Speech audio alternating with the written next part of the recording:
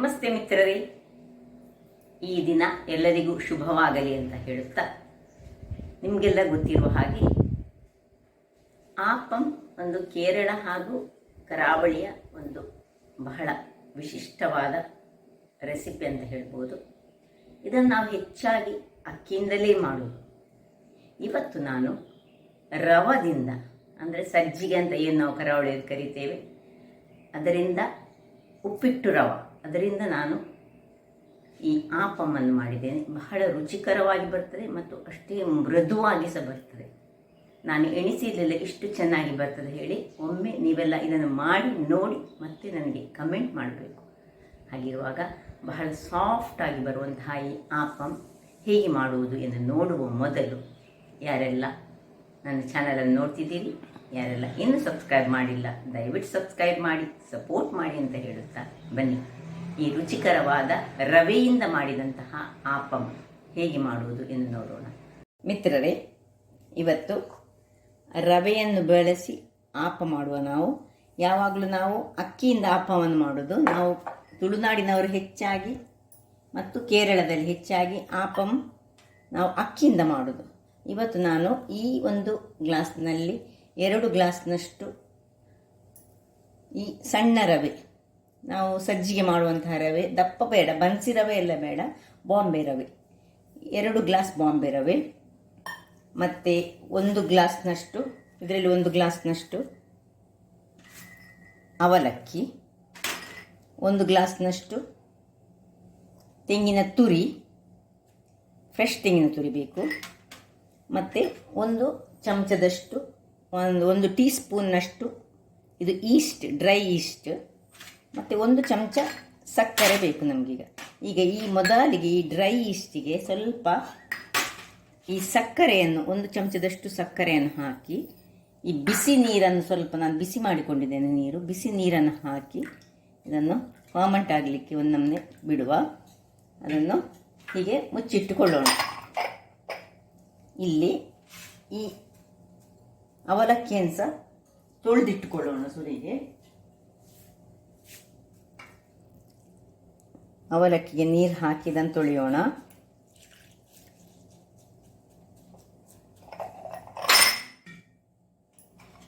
ಇದು ಮುಚ್ಚೇ ಇರಬೇಕು. ಇದು ಇಲ್ಲಿ ಈ ಅವಲಕ್ಕಿಯ ನೀರನ್ನು ಇದರಲ್ಲಿ ತೊಳೆದುಕೊಂಡು ಅವಲಕ್ಕಿಯನ್ನು ತೊಳೆದುಕೊಳ್ಳೋಣ.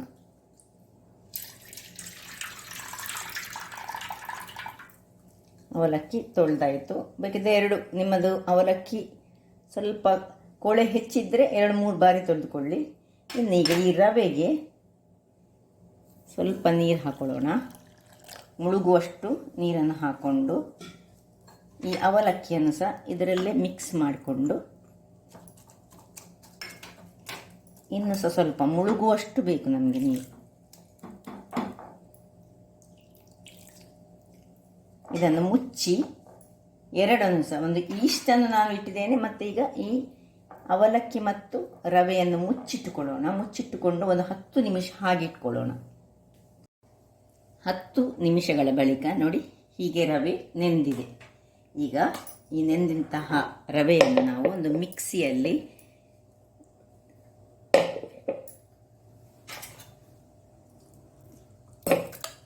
ಹಾಕೊಳ್ಳೋಣ.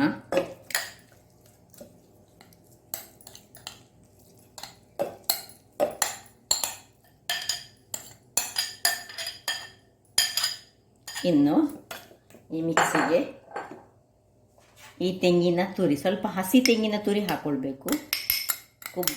ಕೊಬ್ಬರಿ ಅಲ್ಲ, ಡ್ರೈ ಕೊಬ್ಬರಿ ಅಲ್ಲ, ಫ್ರೆಶ್ ಹಸಿ ತೆಂಗಿನ ತುರಿ.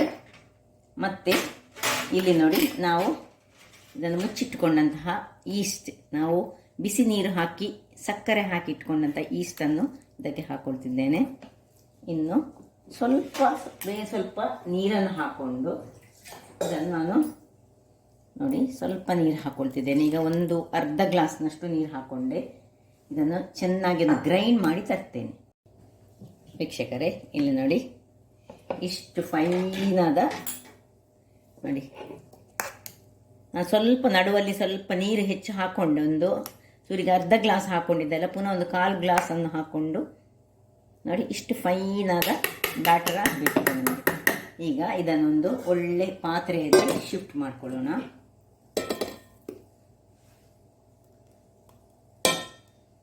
ಇನ್ನು ಸ್ವಲ್ಪ ನೀರು ಮಾಡಿಕೊಳ್ಬೇಕು. ನಿಮಗೆ ಗೊತ್ತಿರೋ ಹಾಗೆ ಸ್ವಲ್ಪ ಆಪಕ್ಕೆ ಸ್ವಲ್ಪ ನೀರಿನ ಪ್ರಮಾಣದಲ್ಲಿ ಬೇಕಾಗ್ತದೆ. ಈಗ ಇದಕ್ಕೆ ಸ್ವಲ್ಪ ಉಪ್ಪನ್ನು ಹಾಕೊಳ್ಳೋಣ, ರುಚಿಗೆ ತಕ್ಕಷ್ಟು ಉಪ್ಪು. ಇನ್ನು ಈ ಒಂದು ಮಿಕ್ಸಿಗೆ ಸ್ವಲ್ಪ ನೀರನ್ನು ಹಾಕ್ಕೊಂಡು ಮಿಕ್ಸಿ ತೊಳೆದ ನೀರನ್ನು ಸಹ ಹಾಕೊಳ್ಳೋಣ.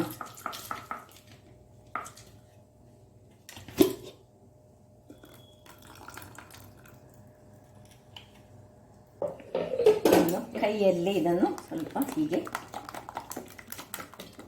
ಉಪ್ಪು ಹಾಕ್ಕೊಂಡಿದ್ದೇವೆ, ನಾವು ಈಸ್ಟ್ ಆಕ್ಟಿವೇಟ್ ಮಾಡಿ ಹಾಕ್ಕೊಂಡಿದ್ದೇವೆ.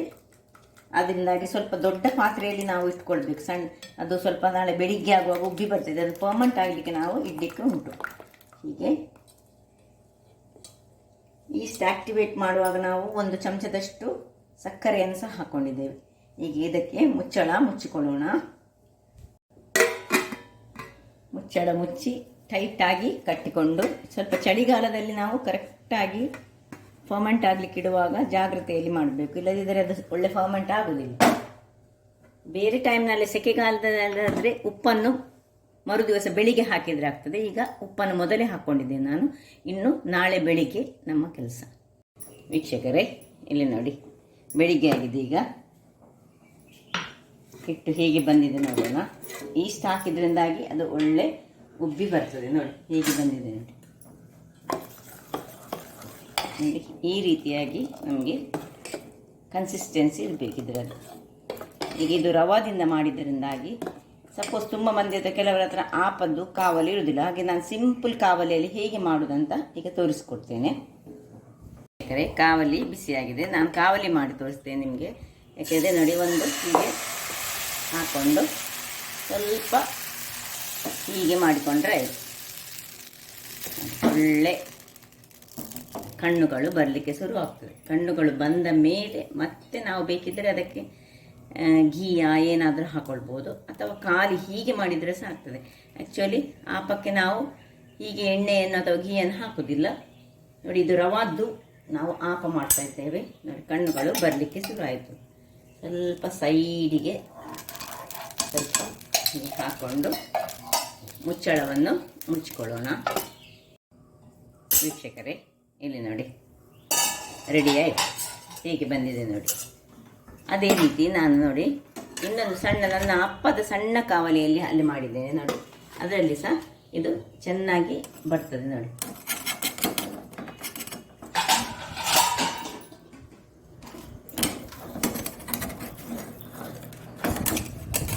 ನೋಡಿ ಹೇಗೆ ಬಂತು ನೋಡಿ.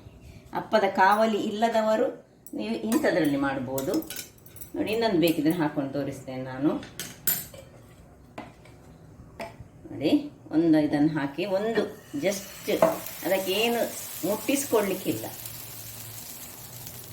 ಹೀಗೆ ಮಾಡೋದು. ಸ್ವಲ್ಪ ಅಲ್ಲಾಡಿಸ್ಕೊಳ್ಳೋದು ಅಥವಾ ಹೀಗೆ ಮುಚ್ಚಿಕೊಳ್ಳೋದು ಅದೇ ರೀತಿ. ಅಥವಾ ಅದರ ಸೈಡ್ಸಲ್ಲಿ ಬೇಕಿದ್ರೆ ಸ್ವಲ್ಪ ತುಪ್ಪವನ್ನು ಹಾಕೊಳ್ಬೋದು. ಇದೇ ನೋಡಿ, ಈಚೆ ಈ ಅಪ್ಪದ ಕಾವಲಿಯಲ್ಲಿ ಸಹ ಹಾಗೆ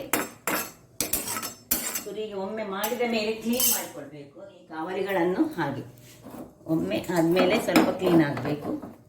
ಇನ್ನೊಂದು ಸರ್ತಿ ಸ್ವಲ್ಪ ಬಿಸಿ ಬೇಕು ನಮಗೆ.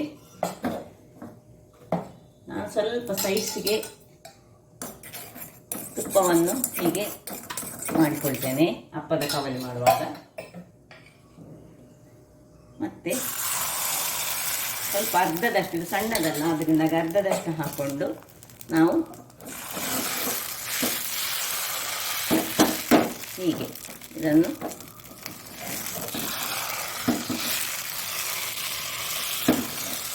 ಹೀಗೆ ಆಪದಲ್ಲಿ ಮಾಡ್ತೇವೆ ನೋಡಿ.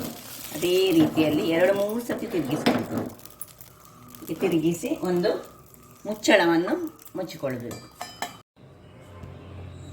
ವೀಕ್ಷಕರೇ, ಇಲ್ಲಿ ನೋಡಿ, ಇದು ಸಹ ಕಾದಿದೆ ನೋಡಿ. ಸ್ವಲ್ಪ ಸಣ್ಣದಲ್ಲಿ ಉರಿಯಲ್ಲಿ ಇಟ್ಟುಕೊಂಡಿದ್ದೇನೆ ಇದನ್ನು.